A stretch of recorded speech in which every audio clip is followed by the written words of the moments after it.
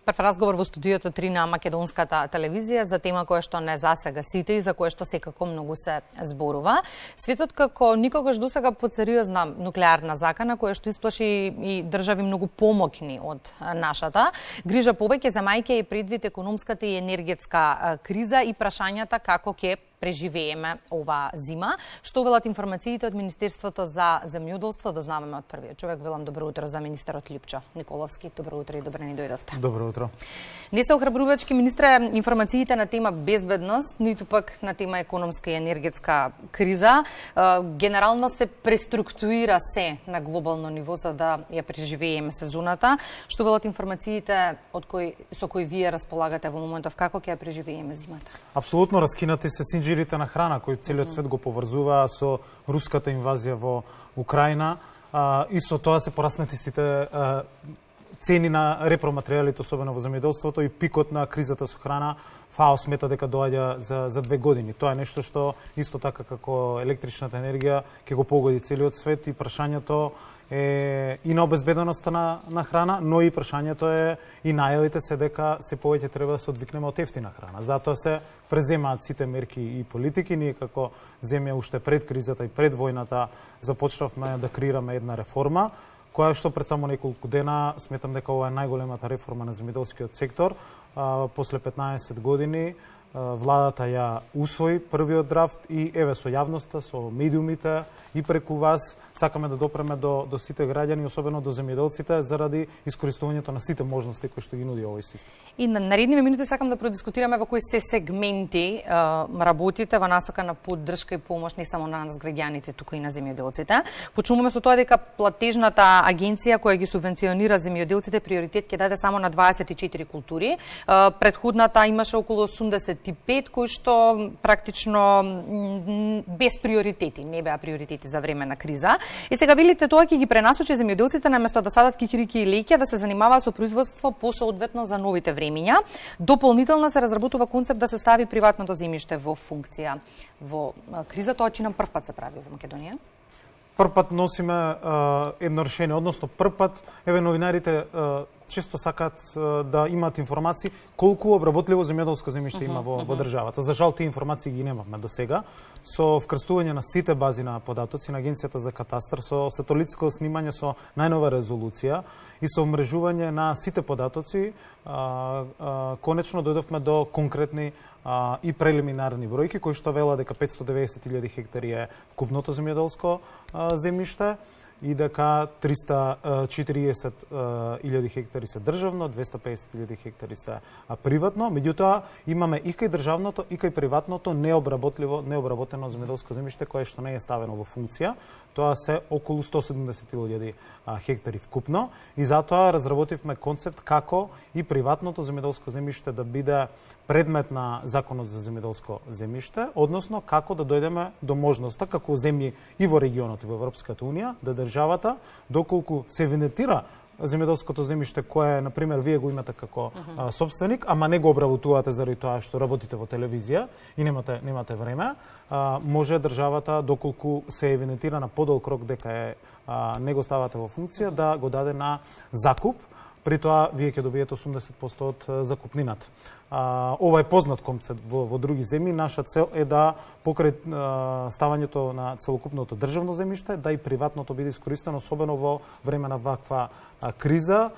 Тоа се можностите на државата. Ние имаме добра почва, имаме климатски услови за одредени земјоделски култури и затоа системот на реформата е насочен кон стратешките, утврдувањето на значајните, што ги рековте, 24 или 25, и за истите ќе се добива поголема субвенција, односно за ниту една земјоделска култура не се кратат субвенциите и не се намалуваат, туку за сите 85 колку што досега ги има во сите програми, останува основната субвенција, која што ќе биде за да се одржува земјиштето во обработлива состојба, но дополнителната субвенција, значи сегашната субвенција се дели на основна и дополнителна, основната врзана со површината, тоа е европска мерка за да не се намалат обработливите површини, туку да се зголемуваат, и дополнителната ќе биде, односно нови критериуми за дополнителната субвенција е да земјоделците го прикажат производството, да докажат дека остварила производство, дека користиле семе, дека ги потребиле сите агротехнички мерки, дека оствариле поголем принос и дека истото производство е предадено дома. Значи, нас ни треба повеќе храна дома и затоа на основа на реформата пилот, која што направивме ова година кај сончогледот, која што даде одлични резултати, сега велиме токму на тие основи е и креиран новиот реформски систем на политиките, за да имаме поголемо производство дома, кое што е предадено во домашните преработувачки капацитети или земјоделците го користат за сопствени потреби, произведуваат финални производи, така да моделот се базира на поголема поддршка на овие значајни култури кои што земјоделците низ подсекторските групи на министерството сами ги предложија, утврдија и верувам дека до крајот на годината ќе го заокружиме овој модел на реформи и 2023 од јануари ќе биде прималив. Пред нешто повеќе од една недела во Украинската амбасада во Прага подпишавте договор за бесцаринска трговија помеѓу Македонија и Украина. Се она што ме интересира е што ќе донесе договорот во пракса, кој ќе биде бенефитот од него? Овој договор 3 години се преговара и конечно со двајцата премиери го подпишавме во Прага.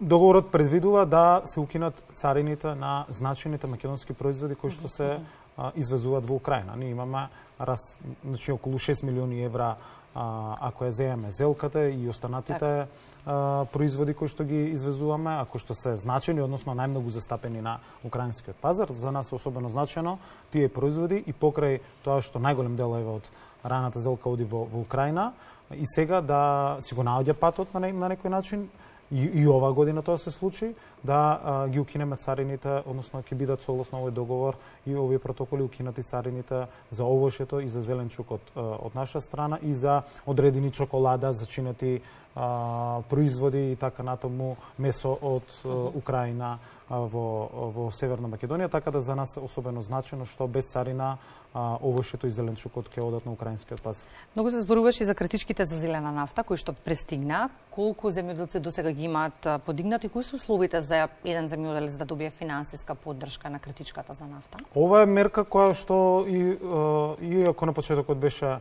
и барана и критикувана, ги даде очекуваните резултати, заради тоа што сите земји од регионот, по примерот на Северна Македонија, земјоделците од регионот бараат да се воведе и картичките за зелена нафта, но и особено најновата мерка за поддршка на вештачко ѓубриво, заради тоа што сме единствена земја од регионот која што 40% даде оваа година поддршка за сите оние кои што набуваат вештачко ѓубриво и во пролетната и во есенската сеидба. И тука, како што и кај зелената нафта ги даваат ефектите и резултатите. Зелената нафта се однесува на сите земјоделци кои што работат растително производство, освен тутунот, каде што имаме друг тип на поддршка и субвенционирање.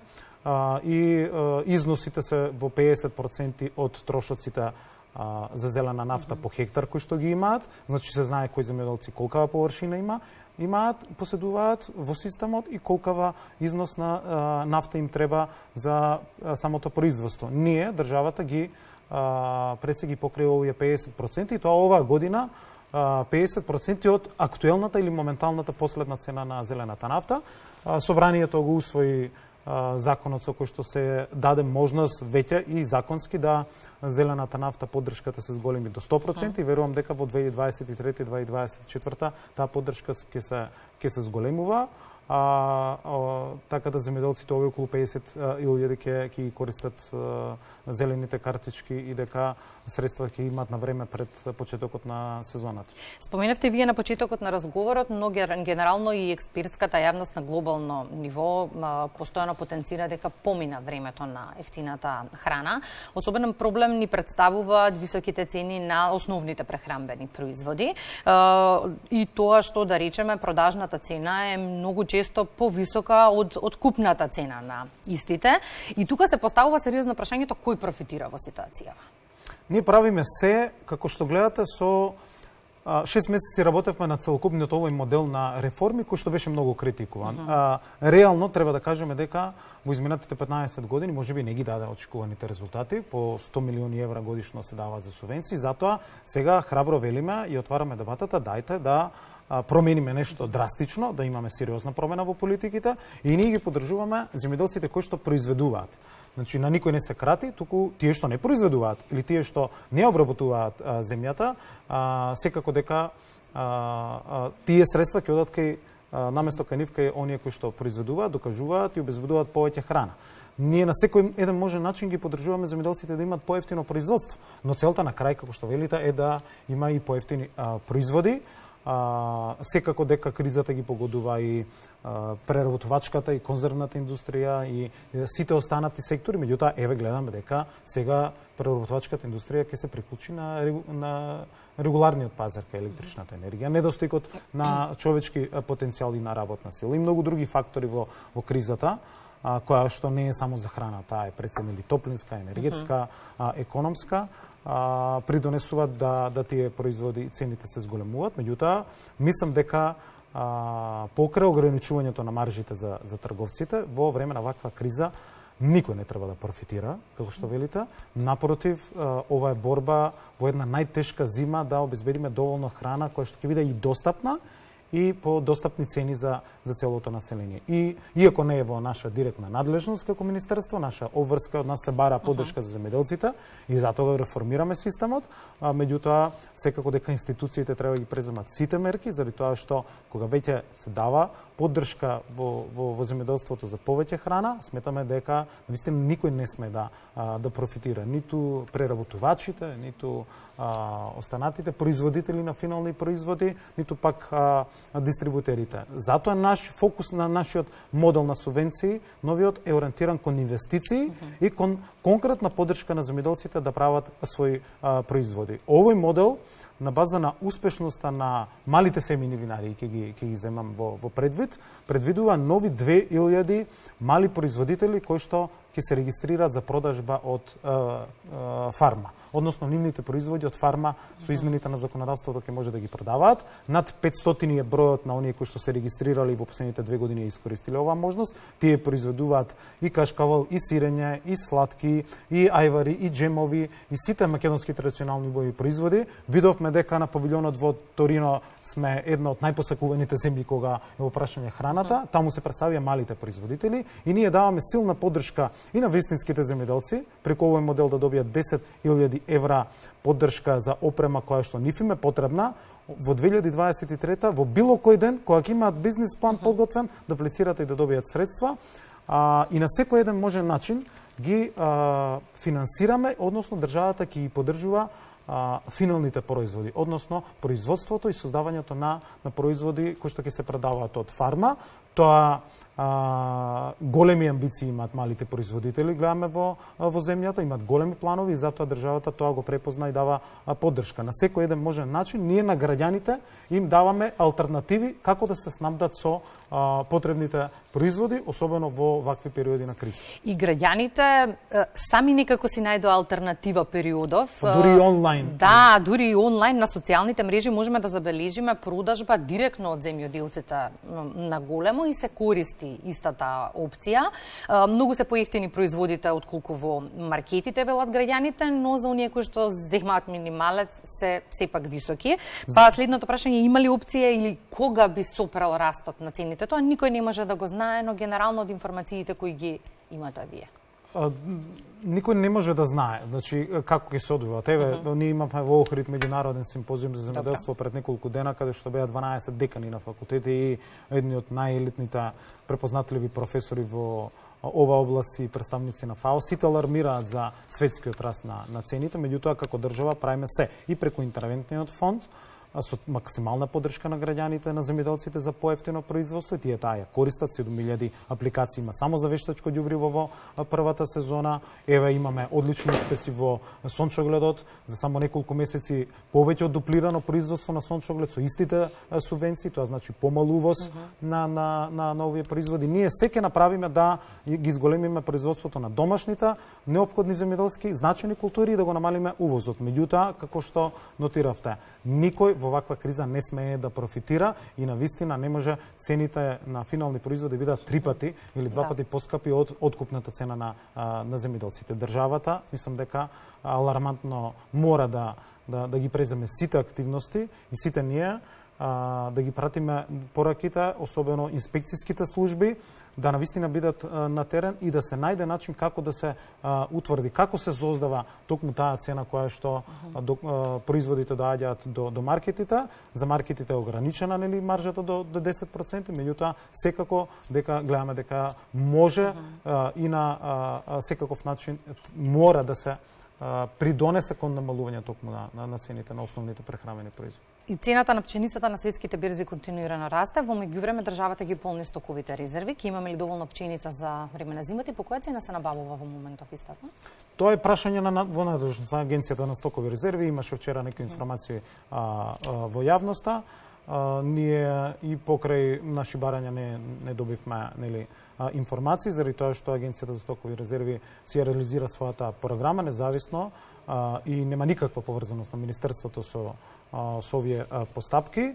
Меѓутоа, тоа што го знам, со ребалансот на буџетот тие добија дополнителни средства, бидејќи интенцијата беше после жетвата да биде набавена одредена количина за да се нели задоволат потребите на агенцијата, односно да се обезбедат минимум количините. Наше барање како политика беше да оризот влезе во овие култури и затоа владата го усвои законот за измени во овој дел. Тоа е во второ читање во собраниска процедура.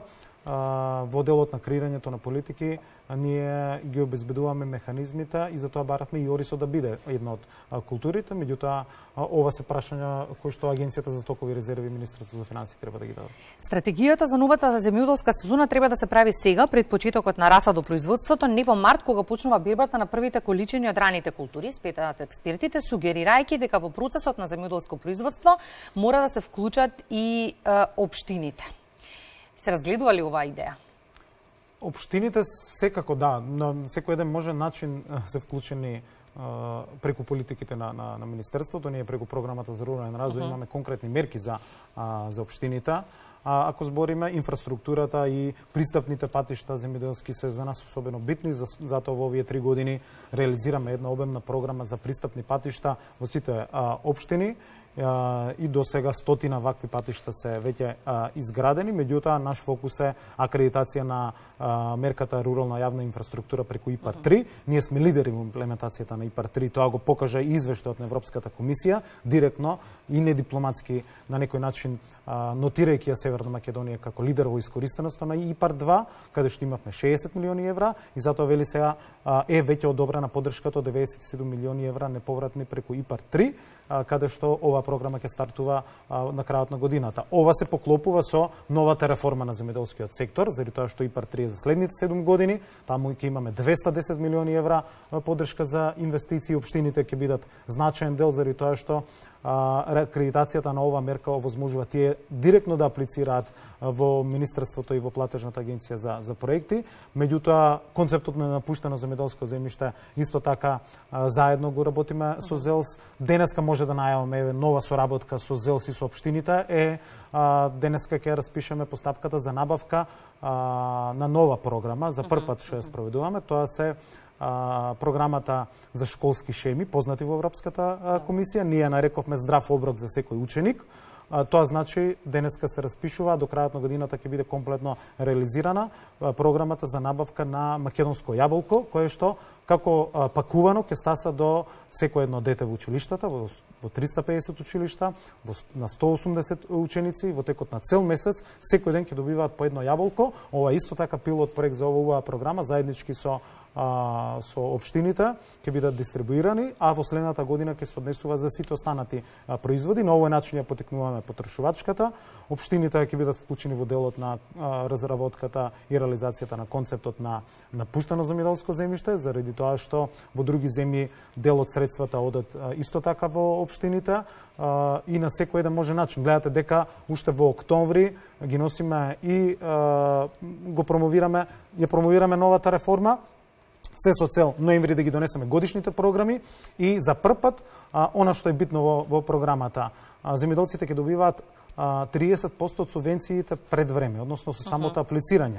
Ако постапката до сега беше бавна, комплицирана, ние го минуваме и моделот на аплицирање, се со цел земјоделците прва година во 2023, а тоа сега ќе го добијат овоштарите во оваа 2022 како пилот проект, а во 2023 костурот на целата оваа реформа е со тоа што 30% од субвенциите земјоделците ќе ги добијат пред време, за да може да влезат во производството или на така наречената авансна исплата, за да може да продолжат и навреме да го планираат производството. И за прв пат државата препорачува, државата ги насочува земјоделците. Државата вели, овие 24 култури за нас се битни. Како што кажавте, не цвеќето, не ароматични растенија или не знам кикириките или останати земјоделски производи од програмата кои што се субвенционират исто како сончогледот, исто како пченицата, исто како јаболката. Затоа велиме за прв пат ги насочуваме земјоделците што е тоа што се бара на пазарите, што е тоа што треба да го произведуваат. Еве, и започна проектот на Светска банка за модернизација на земјоделството, во тек е јавниот повик и тендер за избор на консултантска компанија за изградба на двата откупно-дистрибутивни центри во Струмица и во Ресен, а во текот на оваа недела ќе го распишеме и за Скопје. Тоа се три први модерни дистрибутивни центри од 35 милиони евра, каде што на крај финалните производи на земјоделците ќе можат да бидат пронајдени, односно отвараме нова можност и со тоа се вмрежуваме и преку иницијативата Open Balkan како регион. Ако ги искористиме сите можности, ние ќе обезбедиме храна за целокупното население. Имам уште многу прашања, но едно за кусо одговор молам, за да не завлизаме длабоко во терминот за вести. Како малку да ни е економската криза грижа повеќе ни е болестите на животните. Во питокот остварите средба со регионалниот директор на Европа за Европа на Светска банка за здравјето на животните.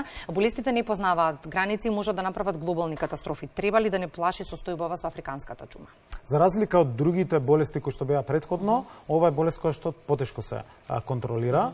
Ние како земја ги презимаме сите мерки, нема да дозволиме свињарството е во напредна фаза, односно има постојан развој последните години, мора да ги заштитиме и големите и малите фарми и сите мерки согласно сите европски регулативи ќе бидат преземени и затоа се носат нови решенија од Агенцијата за храна и ветеринарство да се угинуваат само свињите кои што се во одредено село каде што има констатирано зараза, а не во радиусот, не знам, 3 или 10 километри да се уништуваат и здравите единки. Тоа нема да го дозволиме, меѓутоа со сите мерки и политики ќе правиме се за да не ескалира оваа состојба и за да се држи под контрол.